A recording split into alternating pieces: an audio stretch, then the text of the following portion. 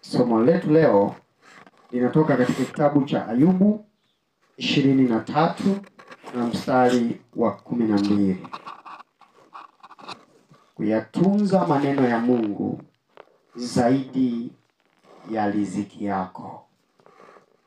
Kuyatunza maneno ya Mungu, kutunza sheria ya Bwana, kuyafanya mapenzi ya Bwana zaidi ya riziki yako.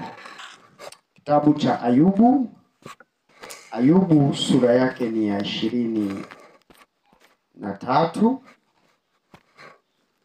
Ayubu 23 tunasoma mstari wake ni wa 12. Kama kuna mtu anapopata anaweza katusomea.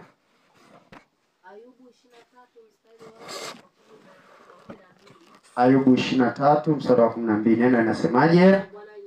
Ndio. Sikurudi nyuma kuiacha amri ya midomo yake. Nimeyatunza maneno ya kinywa chake zaidi ya riziki yangu. Haleluya. Biblia ya Kiingereza inasema more than my necessary food. Nadhani mnafahamu tunaposema riziki yangu, manake zaidi ya chakula, zaidi ya kitu ambacho ni kwa ajili ya chakula, kwa ajili ya maisha haya. Mungu wetu na Baba yetu, na kuomba libariki neno lako jioni ya leo, ili tukajifunze na kuelewa lile kusudi ambalo tumetukutanisha hapa leo katika siku ya Ijumaa ya tarehe 16. Katika jina lako Yesu tumeomba na kuamini. Amen. Tarehe 17. Okay. Asante kunikumbusha tarehe. Kumbe tarehe 17 siku ya Ijumaa ya mwezi wa 10 2025. Bwana Yesu asifiwe. Unaweza kujisahau ukasema mwezi wa 9. Na bado ingine tunarudisha miezi mingi, si kwa nini? Wakati tunatamani twende tukakae na Baba mbinguni. Sasa Mungu alimwona Ayubu kuwa ni mtu mkamilifu sana. Nadhani tumejifunza habari za Ayubu sana, kwamba Ayubu Mungu alimwona ni kama mtu mkamilifu kuliko watu wote ulimwenguni walioishi wakati ule. Watu wa ulimwenguni walioishi wakati ule. Utaona katika kitabu cha Ayubu sura yake ni ya 1, utaona anachokisema Mungu kwa habari ya Ayubu. Nataka kuone kitu hapa. Kwa nini Ayubu ilifika wakati mpaka Mungu akamwona ni mtu mcha Mungu? Mtu ambaye ni mkamilifu kuliko watu wote. Haikuanza siku moja. Biblia inasema palikuwa na mtu katika nchi ya Usi, jina lake alikuwa kiitwa Ayubu. Mtu huyo alikuwa mkamilifu na mwelekevu, ni mmoja aliyemcha Mungu na kuepukana na nini? Na uovu. Hebu angalia hapo. Ni mmoja aliyemcha Mungu na kuepukana na nini? Na uovu. Ndio maana utamuona Mungu mwenyewe anamuuliza shetani. Anamwambia katika mstari wa 8, kisha Bwana akamuuliza shetani, "Je, umemwangalia huyo mtumishi wangu Ayubu? Kwa kuwa hapana mmoja aliye kama yeye duniani, mtu mkamilifu na mwelekevu, mwenye kumcha Mungu na kuepukana na nini? Na uovu." Kumbe jibu tunaipata. Alikuwaje Ayubu? Tunapata katika Ayubu 23 mstari wa 12. Aliyatunza maneno ya Bwana kuliko chakula chake, kuliko riziki yake, kuliko maisha haya. Bwana Yesu asifiwe sana. Kwa nini? Mungu anauangalia moyo. Moyo wa Ayubu, cha kwanza ilikuwa ni kuangalia neno la Bwana linasemaje, sio chakula kinasemaje.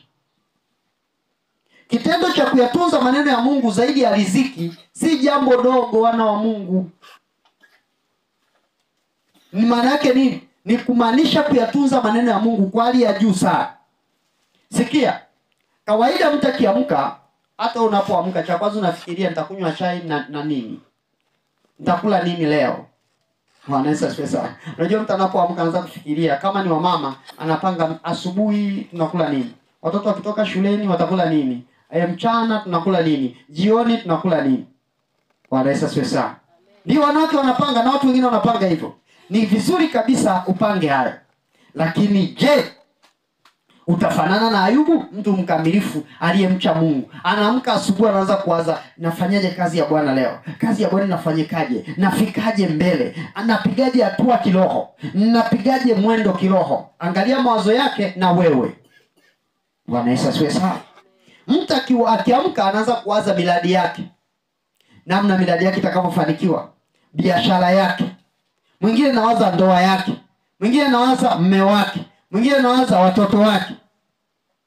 Anawaza ale nini, anywe nini. Bwana Yesu asifiwe sana. So haiwezekani siku ipite bila kuyawaza hayo. Kama kuna mtu ambaye siku inapita hajawaza hayo, nyosha mkono. Hajawaza ya chakula, kula. Sasa wewe jola mbona unawaza nini? Wewe unakula. Wewe mtoto usitaki mtoto tuseme wewe usi kawaida. Wewe unakuta kimewekwa, tunataka hao watu wazima hao. Bwana Yesu asifiwe. Ambaye haipiti siku hajawaza kitu cha kuingiza tumboni. Hajawaza kitu cha kuingiza kinywani mwake. Hajawaza kazi zake. Hajawaza mipango yake, hajawaza maisha. Yaani maisha. Kuna watu hao.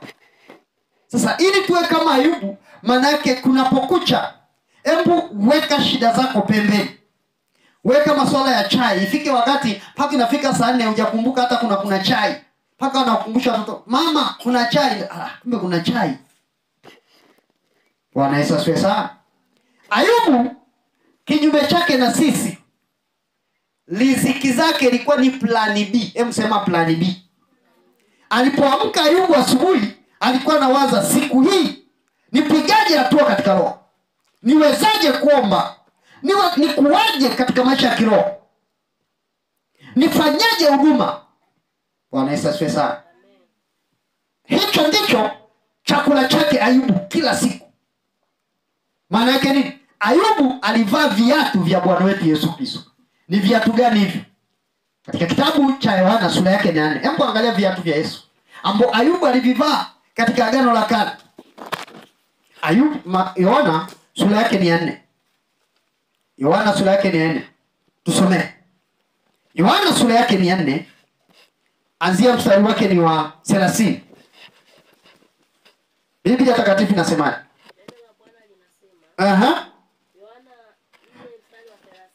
Yohana 4 mstari wa 30. Basi wakatoka mjini wakamwendea. Huko nyuma wanafunzi wakamsihi wakisema, Rabi, ule. Akawaambia, mimi ninacho chakula msichokijua ninyi.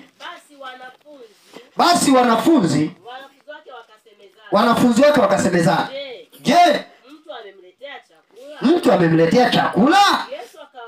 Yesu akawaambia, chakula changu ndicho hiki, niatende mapenzi yake aliyenipeleka nikaimalize kazi yake.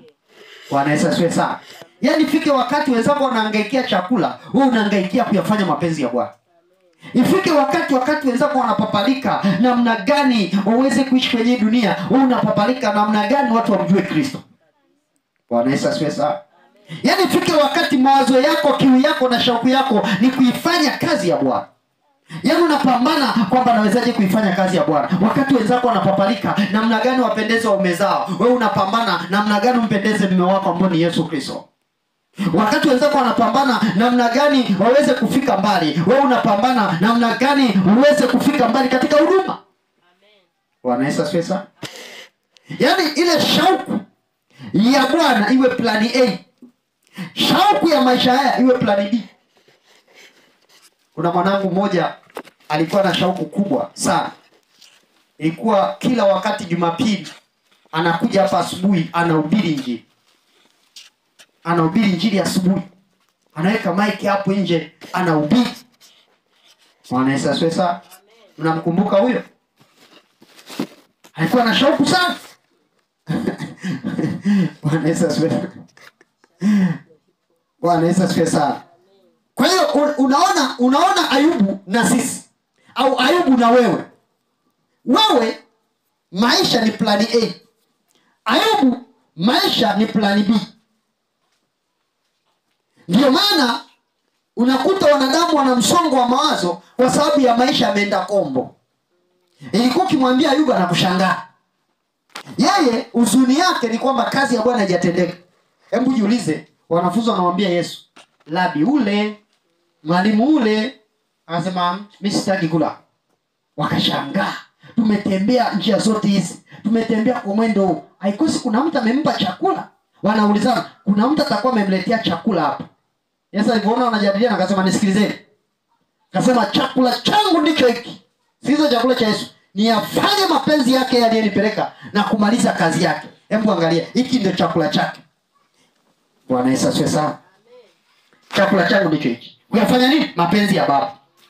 Kumaliza kazi yake. Sasa Ayubu naye chakula chake, angalia namba 1. Alipoamka Ayubu alikuwa nafikiri toba kwa ajili ya wengine. Ayubu 1:5. Ayubu 1:5. Ayubu alipokuwa anaamka anafikiri toba kwa ajili ya wengine. Maana yake Ayubu, ndio maana Mungu anasema hapana mtu mkamilifu kama Ayubu. Kwa nini? Mungu aliangalia moyo. Yaani sikiliza, si kwamba Ayubu alikuwa na dhambi. Ayubu mwenyewe ukisoma Ayubu 42 alikuwa anampapasa Mungu. Alikuwa hajawahi kumjua Mungu vizuri. Ayubu anasema nadhani Ayubu 42 si 38, tutasoma pale kwa kifupi. Anasema, "Sasa nimejua. Nilikuwa nasikia tu habari zako." Kumbe pamoja na uelekevu wa moyo, pamoja na Ayubu kumcha Mungu namna hii, pamoja na Ayubu kulishika neno la Mungu namna hii, kumbe alikuwa hajamjua Mungu vizuri. Bwana Yesu asifiwe sana. Kwa maana yake ni kuna wakati Ayubu naye alikuwa anaanguka na kosea. Lakini Mungu aliangalia moyo wa Ayubu, ijapokuwa anakosea, ijapokuwa atendi vizuri kwa asilimia zote, lakini kibinadamu akasema huyu ni mwelekevu wa moyo, anamcha Mungu. Kwa nini? Kwa sababu ndio maana wakati mtumishi wa Mungu Aston anashuhudia, anaeleza kuna mtu mmoja wakati anahojiwa alifanya nini duniani na nini, wakati anaulizwa anasema yule mtu alikuwa anatumia pesa yake nyingi sana katika kuhudumia injili, katika kazi ya Bwana. Sasa akawa amesahau familia yake. Alipoulizwa kwa habari ya familia yako, ulitunza familia yako? Akasema, "Bwana wewe wajua." Mungu akasema, "Huyu japokuwa hakuitunza familia yake kwenye zile fedha, lakini fedha yake nyingi sana aliwekeza kwenye injili. Moyo wake uliwekeza kwenye kazi ya nani? Ya Bwana." Si unanielewa? Kwa Mungu akautazama moyo akasema, ijapokuwa kuna mahali hatendi vizuri, lakini moyo wake, yani kusudi lake ni jema. Bwana Yesu asifiwe sana. Si unanielewa ndugu? Ayubu 1:5 inasemaje? Ayubu 1:5 inasemaje? Ayubu 1:5. Neno la Bwana linasema, Basi ilikuwa hapo hizo siku za karamu zao zilipokuwa zimetimia, Ayubu hutuma kwao akawatakasa. Kisha akaamka asubuhi na mapema na kusogeza sadaka za kuteketezwa kama hesabu yao wote ilivyokuwa. Kwani Ayubu alisema, "Yamkini kwamba hawa wanangu wamefanya dhambi na kumkufuru Mungu mioni mwao." Ndivyo alivyofanya asubuhi siku zote. Yaani Ayubu akiamka anahesabu watoto wake wako 4, 5 mpaka 7. Anachukua kila mmoja na sadaka yake ya watoto 7 anawapelekea. Yamkini hawa watu wamemtenda Mungu dhambi. Ni wangapi tunafanya hivi kuleta sadaka kwa ajili ya watoto wetu?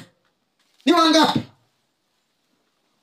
Watoto wakifika mbinguni wanakosa nyumba za kukaa. Kwa nini? Wazazi wao tulikuwa tumefanya nini? Tumelegea. Hatuwapelekea watoto wetu sadaka. Hatuwaombea watoto wetu. Ayubu alipokea, akiamka asubuhi anasema, "Yamkini." Hebu sema yamkini. Hiyo ni neno la Ayubu, wametenda dhambi. Kwa anaenda mbele za Mungu. Bwana, analeta sadaka za kuteketezwa kwa ajili ya mtoto wangu huyu, kwa ajili ya mtoto wangu huyu, kwa ajili ya mtoto wangu huyu. Mungu akasema, sijaona katika dunia mtu kama huyu. Anamwambia Shetani, "Umemuona?" Yaani fika wakati mpaka Mungu anajitamba kwa ajili yako. Yaani Mungu anajitamba kabisa. "Umemuona Selina mwanangu?" Anajitamba, anasema, "Umemuona Winnie mwanangu, umemuona?" Shetani anasema, "Yu amcha Mungu bure bwana, kwa sababu membariki. Ni kwa sababu ana hela leo ndio maana nakuabudu. Hebu niruhusu uone."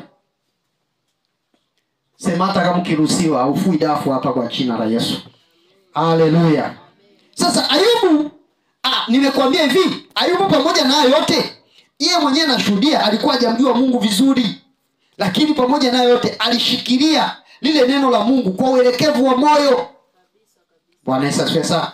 Amen. Ukisoma Ayubu 42 mstari wa 5, ukianzia wa 5, anasema nilikuwa nimesikia habari zako kwa kusikia kwa masikio kama unavyosikia, lakini nilishika neno la Mungu. Mstari wa 6, kwa sababu hiyo najichukia nafsi yangu na kutubu katika mavumbi na majivu. Sasa wewe Ayubu ambaye mwanzoni ulisifiwa kwamba wewe ni mwelekevu wa moyo, ni mcha Mungu, kumbe ulikuwa hujamjua Mungu. Kumbe ulikuwa unamsikia tu. Yaani imani yake imejengeka kwa kusikia. Kwa imani huja kwa kusikia, na kusikia huja kwa neno nani? La Kristo. Kupitia kusikia Ayubu imani yake imejengeka.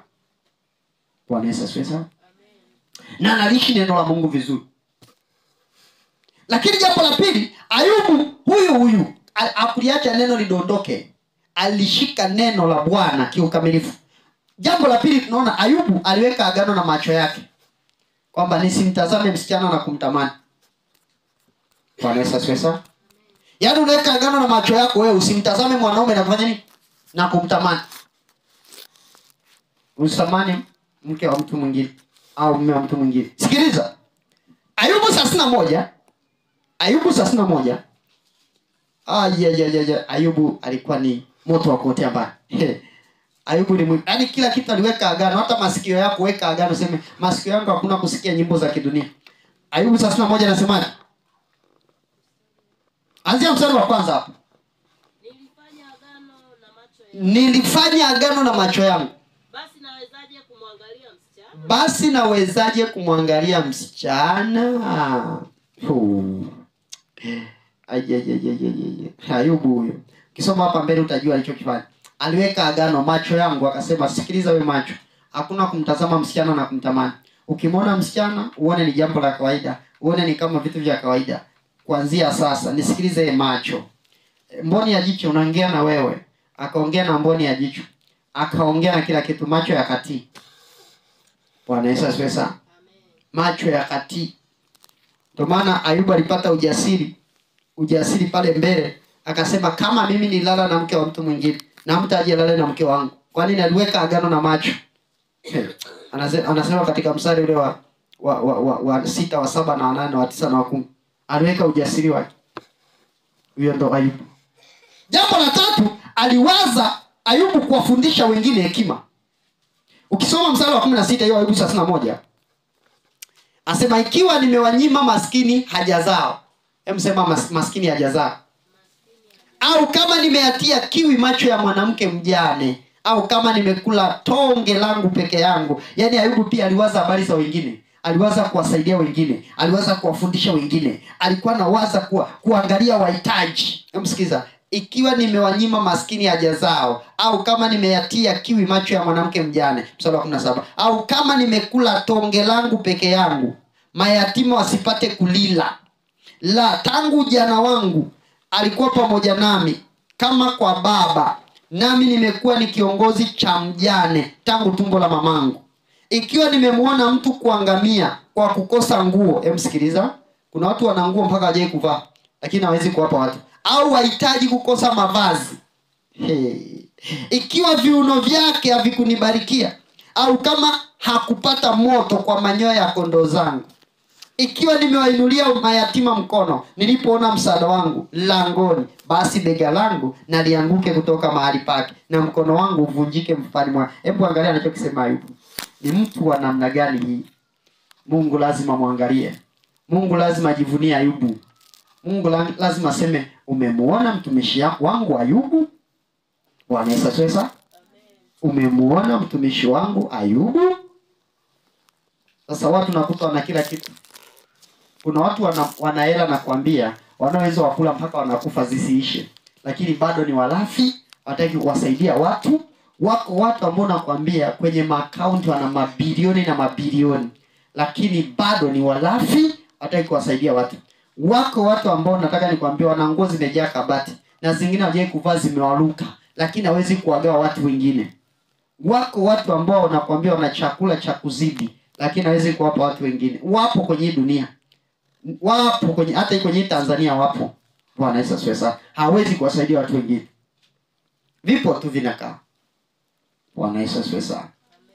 Swali, je, na sisi tunaweza kufanana na watu kama hao ambao walikuwa na tabia sawa na sisi akina Ayubu? Je, unaweza kuvaa viatu vya Ayubu?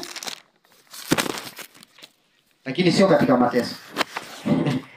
Bwana Yesu asifiwe sana. Paulo mwenyewe anawaambia, anasema natamani mwe kama mimi, lakini sio katika vifungo hivi. Ni kweli katika mateso ya Ayubu hapana. Ila kuvaa viatu kama alivyoishi Ayubu unaweza ukavaa. Kumbuka Ayubu hakuwa Myahudi. Kwa namna Biblia inavyosema, Ayubu hakuwa Myahudi wala nabii. Biblia inasema Biblia inamuita mtu, alikuwa mtu tu fulani aliyetokea katika nchi moja iliyoitwa Usi. Si ndio? Hakuwa Myahudi, maana yake tokea katika nchi ya Usi. So na sisi hivi tulivyo, tuna wajibu wa kumaanisha kuyatunza maneno ya Mungu katika wokovu huu. Maana yake nini? Tuna wajibu wa kuhakikisha tunayafanya yale ambayo tumeagizwa kwa utimilifu bila kuyaacha neno la Mungu. Bwana Yesu asifiwe sana. Kama vile ambavyo Ayubu aliyatunza kuacha neno lidondoke. Angalia Mathayo sura ya 6. Angalia si Yesu alipotupa amri. Mathayo sura ya 6. Angalia hicho kisema Bwana Yesu. Mathayo sura ya 6. Kuanzia mstari wa 25. Angalia anachokisema. Mimi nasema kwa sababu hiyo nawaambieni msisumbukie maisha yenu. Mle nini au mnywe nini? Wala miili yenu mvae nini? Maisha je, si zaidi ya chakula na mwili zaidi ya mavazi? Sasa Ayubu akusumbukia vyakula. Na ni mtu ambaye alikuwa tajiri. Muona falsafa ya maendeleo katika roho. Sasa kwa nini hatufanikiwi? Kwa sababu sisi tunafanana na dunia. Vile dunia inapambana na sisi tunapambana. Kumbe sisi tunatakiwa tupambane katika ibada, tupambane katika maisha ya kiroho. Plani ya kwanza, plani B tunakuja kwenye maisha haya. Ndio mafanikio yanakuja. Lakini tunapoacha njia yetu na kutaka kupambana katika dunia, dunia itatutema. Dunia ina mfumo wake. Bwana Yesu asifiwe sana. Anasema, waangalieni ndege wa angani, ya kwamba hawapandi wala wavuni wala wakusanyi ghalani, na Baba yetu wa mbinguni huwalisha hao. Ninyi je, si bora kupita hao? Ni upi kwenu ambaye akijisumbua aweza kujiongeza kimo chake hata mkono mmoja? Kuna mtu hapa? Angalia, unakuta tu mkono umekua. Nyinyi wenye watoto unakuta mtoto umekua. Mara ghafla ameanza kutembea, hata ujua na kuaje. Ulikuwa umekashika katoto kadogo sana, maana unaona kanenepa, ameshakuwa. Unajua na kuaje? Ulishakuona na kuaje? Ulishaikupima ukakuta anaongezeka sasa. Ona mtoto anakuwa. Ulishaikuona? Ukikata kucha, ulishaikuona zinavyokuwa? Ukikata nywele, ulishaikuona zinavyokuwa? Hakuna anayejua zinavyokuwa. Ndio nawaambia, kama huwezi kujifanyia jambo dogo kama hilo, kwa nini unajisumbua juu ya yale mengine? Yaani walokole tungejua siri hii, tungekuwa mabilionea. Yaani kati ya watu ambao wangekuwa mabilionea kwenye hii dunia ni walokole. Bwana Yesu asifiwe. Kwa sababu anasema embu anayeweza kujihangaisha hata mkono ukalefuka. Glada alikuwa mdogo huyu. Saizi huyu anakimbia. Huyu. Joram alikuwa mfupi, saizi angalia anavyolefuka. Angalia, je, uliona anapokuwa mama yake? Hakuona anapokuwa. Alikutama tu amesha. Bwana Yesu asifiwe. Mtoto wa mama Ima alikuwa mdogo sana. Saizi mzito. Kimshika hakuna choka mikono. Wakati alikuwa mdogo, amekuaje? Hii ni kazi ya Mungu. Sasa Mungu anatuonyesha kama wanadamu tunao uwezo wa kukaa tukajikuta tu tumeongezeka tu. Tumekuwa tu. Anasema, je, si zaidi ya hayo? Angalia mstari wa 28. Na mavazi ya nini kuyasumbukia? Ya nini kuyasumbukia? Fikirini maua ya mashamba jinsi yameavyo, hayafanyi kazi wala hayasokoti. Nami nawaambia kwamba hata Sulemani katika fahari yake yote hakuvikwa vizuri kama mojawapo la hayo. Basi ikiwa Mungu yavika hivi majani ya kondeni yaliyopo leo na kesho utupwa karibuni, je, hata zidi sana kuwavika ninyi enyi wa imani haba? Je, hata zidi kutuvika? Atazidi kutuvika. Kama Mungu anavika maua vile, unafikia atashindwa kutuvika pamba? Kati ya watu ambao tunatakiwa kupiga pamba kali ni wapendwa. Mwambie mwenzangu unatakiwa kupiga pamba kali. Bwana Yesu asifiwe. Kama Mungu anavika maua kabisa, lazima tumdai. Maana yake nini? Tumechochola. Tumetoka kwenye njia. Tunatakiwa kupiga pamba nzito nzito. Kwa nini kama Mungu anavika maua atashindwa kutuvika? Naambia Mungu unayavika maua, nivike na mimi. Pamba ndefu, pamba nzuri. Lakini unakuta walokole ndio wanatia huruma. Mavazi ya huruma. Kiatu kimetoboka. Pea moja ya kiatu. Bwana Yesu asifiwe sana. Haleluya. Kiatu mpaka kimetoboka chini. Yesu anaokoa, kiatu kimetoboka mpaka huko. Mpaka na jasho inanuka. Kiambia wewe Yesu yeye anayeokoa. Kuna mtumishi mmoja alikuwa anashuhudia leo. Sasa hivi ni tajiri. Nilikuwa nasikiza kwenye video yake, anasimulia hivyo kwa amepanga kwenye chumba kimoja. Sasa wakati amechelewa kulipa hela ya mpangaji akaja akamtoa. Akasema naomba basi nivumilie, nitatoka. Akasema ni kweli nikuvumilie, lakini kulala siku moja bila kulipa pango haitawezekana. Kwa siku hiyo moja akamtimua. Akasema si mnanena kwa lugha nyingi. Mnajifanya mnanena kwa lugha. Tunajifanya ni boni ya geni. Anaongea na kiha kilicho waha kiha nini? Muha yule. Anaongea na Kiingereza kilichochanganyikana na Kiswahili. Muha sio muha, wale wa Kagera. Wanaitwaje? Wahaya, kihaya. Wanaweza ziwe sana. Sasa mnajifanya mnanena kwa lugha, ni boni ya geni nyinyi. Mnakaa kwenye nyumba za watu bila kumaliza pango. Wanaweza ziwe sana. Akasema huyo mtu nikatoka. Akasema wakati nimetoka usiku huo, anasema mama mmoja akamtaja jina, akanipigia simu. Alikuwa ni mshirika wake. Akampigia simu. Nini? Akasema nimepata dhahama. Nini hivi na hivi? Akaja na pick up akamchukua akampeka kwenye kachumba kake kanyumba fulani kadogo. Akaingia akasema, "Mwanangu, hii nyumba nimekupa. Ni ya kwako." Bwana Yesu asifiwe sana. Sasa alipompa baadaye akasema sasa siku nyingine nafuata. Basi naomba nipe na hati kabisa. Na akasema sijali. Sasa yeye huyo mchungaji alikuwa na mshirika wake jirani. Naye mshirika amaliza masomo akamwambia sasa na mimi huyu hana kwa kwenda. Na mimi ngoja nimpangishe kwenye kachumba fulani naye akae hapa kwenye nyumba. Asema yule mama alipofika asema na wewe naona umeshaanza kupa na watu wengine nyumba. Asema sasa ulinipa? Yaani unajua kuna watu wanatoa sadaka lakini hawajatoa. Hiyo ni mitego kwa wachungaji. Bwana Yesu asifiwe.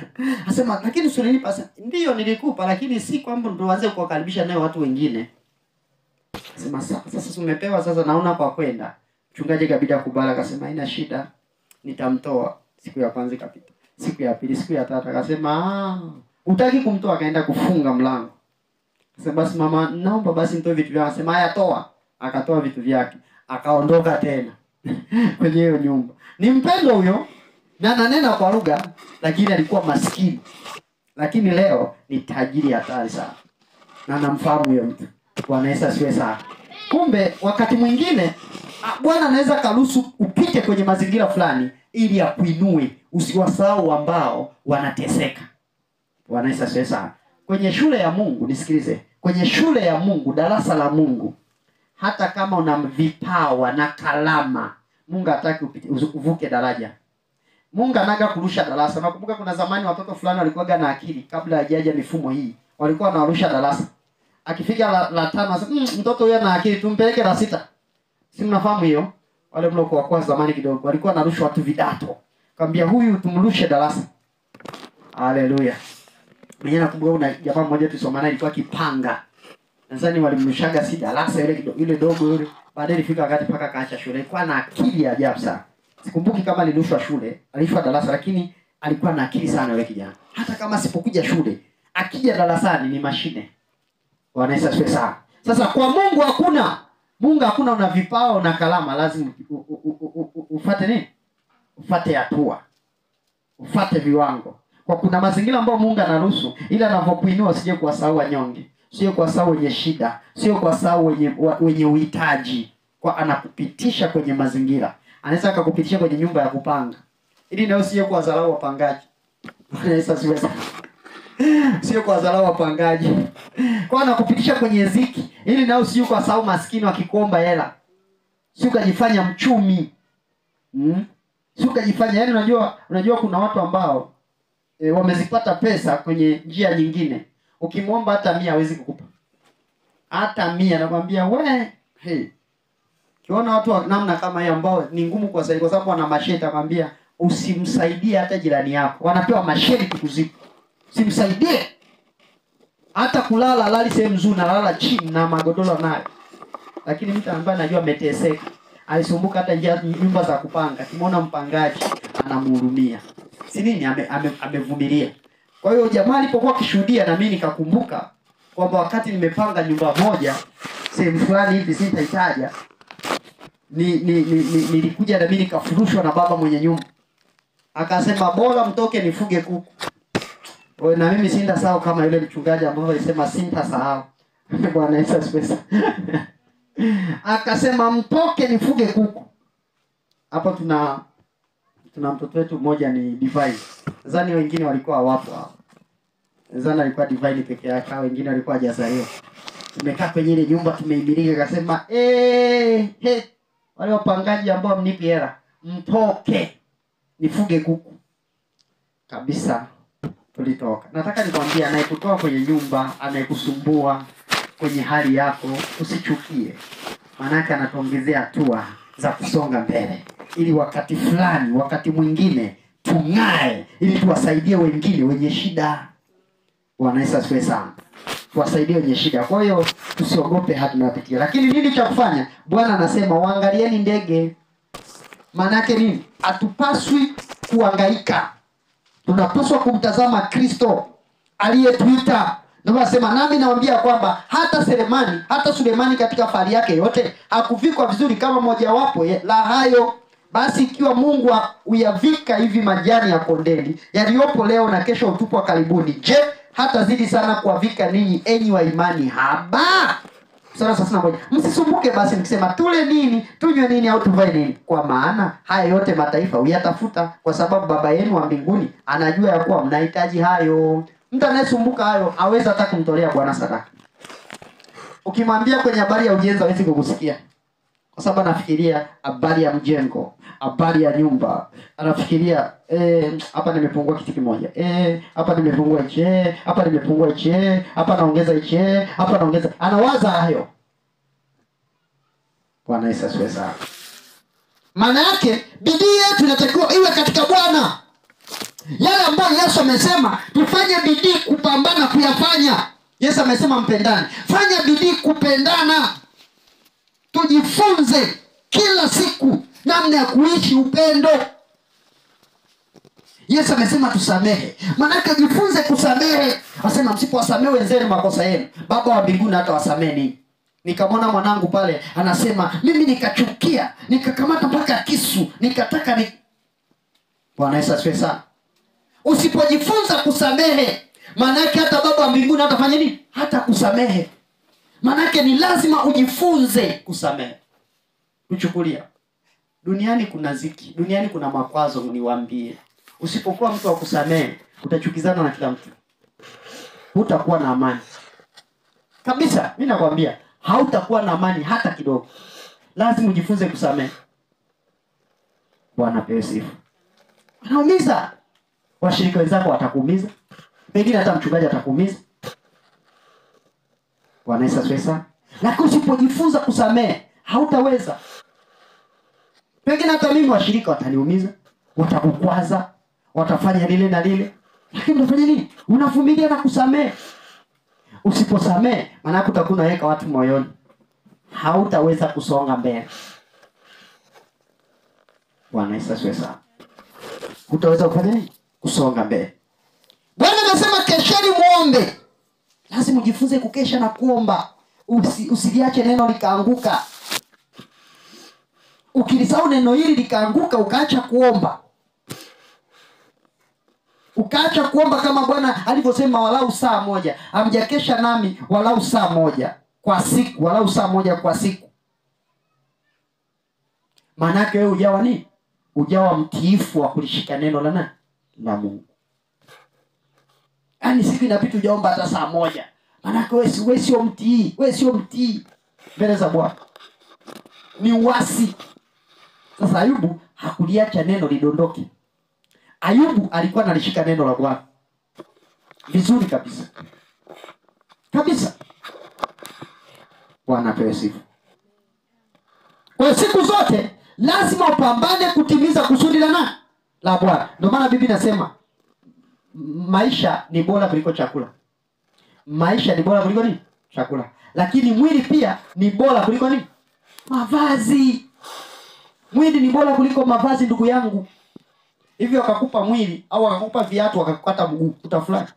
Wanakupa kiatu wanakukata mguu. Si bora ukose kiatu wewe na mguu. Sio, unanielewa? Kwa hiyo mwili wako ni bora kuliko mavazi. Mtu akikupa gauni afa una kiuno, utafurahi? Ona umecheka kiuno. Ndio. Kuna watu kiuno kimekatika. Hawezi vaa. Huwezi kufurahia. Kumbe mwili ni bora kuliko nini? Mavazi. Na maisha ni bora kuliko nini? Chakula.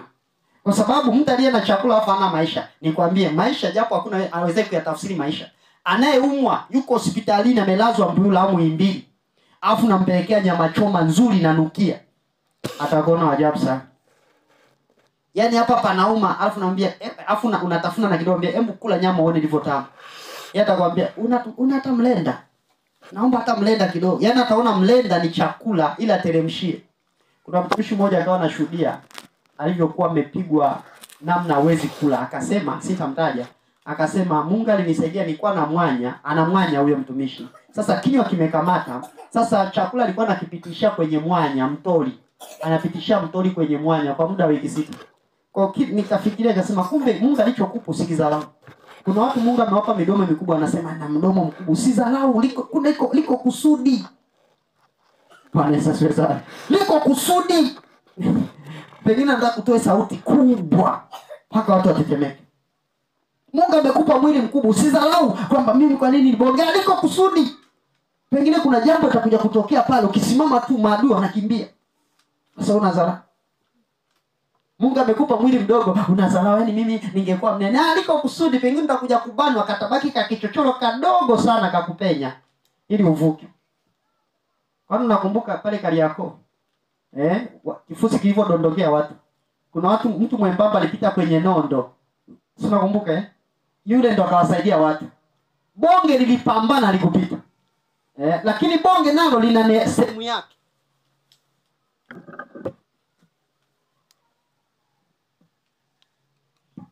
Bonge naye ana sehemu yake. Kwa hiyo usidharau kile Mungu amekupa. Kwa hiyo jamaa kaanza kufurahia ule mwanya. Ndio alikuwa anaangushia mtoli na dondoka pale, anakula mpaka sasa anaishi na yuko hai. Bwana Yesu asifiwe sana. Bwana pewe sifa. Kumbe kama kanisa lazima tujue kwamba mapenzi ya Mungu ni jambo la muhimu sana. Ndio maana akatuambia katika mstari wa mwisho katika kitabu cha Mathayo 6, anasema mstari wa 33 na 34. 33 anasema bali utafuteni kwanza ufalme wake na haki yake, na haya yote mtafanya nini? Mtazidishiwa. Kumbe sisi tunatakiwa kupambana kwanza kwa habari ya nini? Ya ufalme. Mengine tutazidishiwa. Ni kweli tunahitaji kuvaa, tunahitaji kula, tunahitaji kuishi vizuri. Lakini cha kwanza, hebu tupambane namna gani tunaifikia hii mbinga. Namna gani tunaikamata mbinga. Namna gani tunahubiri. Yaani kila mtu anapambana. Kama kila mtu angekuwa anawaza haya, ningekuwa siku moja nasikia kuna wengine wamechukua speaker ndogo wako mtaa huu wanashuhudia. Yule mama yule naye ingekuwa pale mtaani kwake amepita na Biblia anashuhudia. Safia akitoka shuleni naye ingekuwa anapita mtaa huko anashuhudia. Hawa watoto wangekuwa paka kanisani wanaimba. Maana yake sikiliza, mitume walikamata dunia kwa sababu walikila kukicha walikuwa natoka kama nyuki. Toka kama nyuki kuvamia mitaa. Mpaka wakasema waliopindua ulimwengu wamefika huku nako. Walikuwa wanaitwa waliopindua ulimwengu, wachache lakini ile kiu ya kuyatimiza mapenzi ya Mungu. Maana yake lazima mjizoeze. Mimi nasema mjizoeze. Kujizoeza, kufanya mazoezi ya mwili kwa faa kidogo. Lakini unafaa katika mambo yote. Unao ahadi ya sasa na ya uzima wa sasa na ule utakao kuwepo baadaye. Kumbe lazima ujizoeze. Bwana Yesu asifiwe. Hata kuhubiri hapa asubuhi ujizoeze. Maana kunajizoeza. Unapojizoeza, Mungu anasema, anamuuliza shetani, umemwona mtumishi wangu pale mbinga? Umemwona? Nimejaribu kumzuia kwa sababu umembariki. Shetani anaanza kutafuta visingizio. Kwa nini? Kwa sababu atapambana kukuzuia. Niliwahi kuwashuhudia wakati tunaanza injili hapa mjini, hapa Mbinga. Nilikuwa na timu ya watu 3. Unajua shetani hapendi timu. Kwa sababu anajua mkiwa na timu mtatiana nguvu. Huyu akilegea mwingine anamuinua. Mkiwa na timu mtatiana nguvu hata katika maombi. Huyu akilegea mwingine anamuinua. Anataka kuendelea kuomba peke yako ili ukichoka, ukiwa dhaifu na kaa. Uendelee kuhubiri peke yako, ukichoka, ukiwa dhaifu na kaa. Unakumbuka juzi tumeenda kwenye injili pale sokoni. Wakati nimehubiri nimechoka, nikakupa mic ukanisaidia. Na mimi napumua. Sasa ukiwa mwenyewe ukichoka umechoka tena. Ndio basi tena. Hakuna wa kusaidia. Unabaki unashangaa watu wananielewa au wanielewa. Shetani anataka hicho. Lile kundi hapa tulipita tunahubiri injili. Tuliutikisa mji mpaka hata kwa wanachukia. Watu wa dunia. Lakini injili iliwafikia watu. Wanasesesa. Hicho ndio Ayubu alikifanya. Kumbe na sisi kama kanisa tunataka inatakiwa tutie manani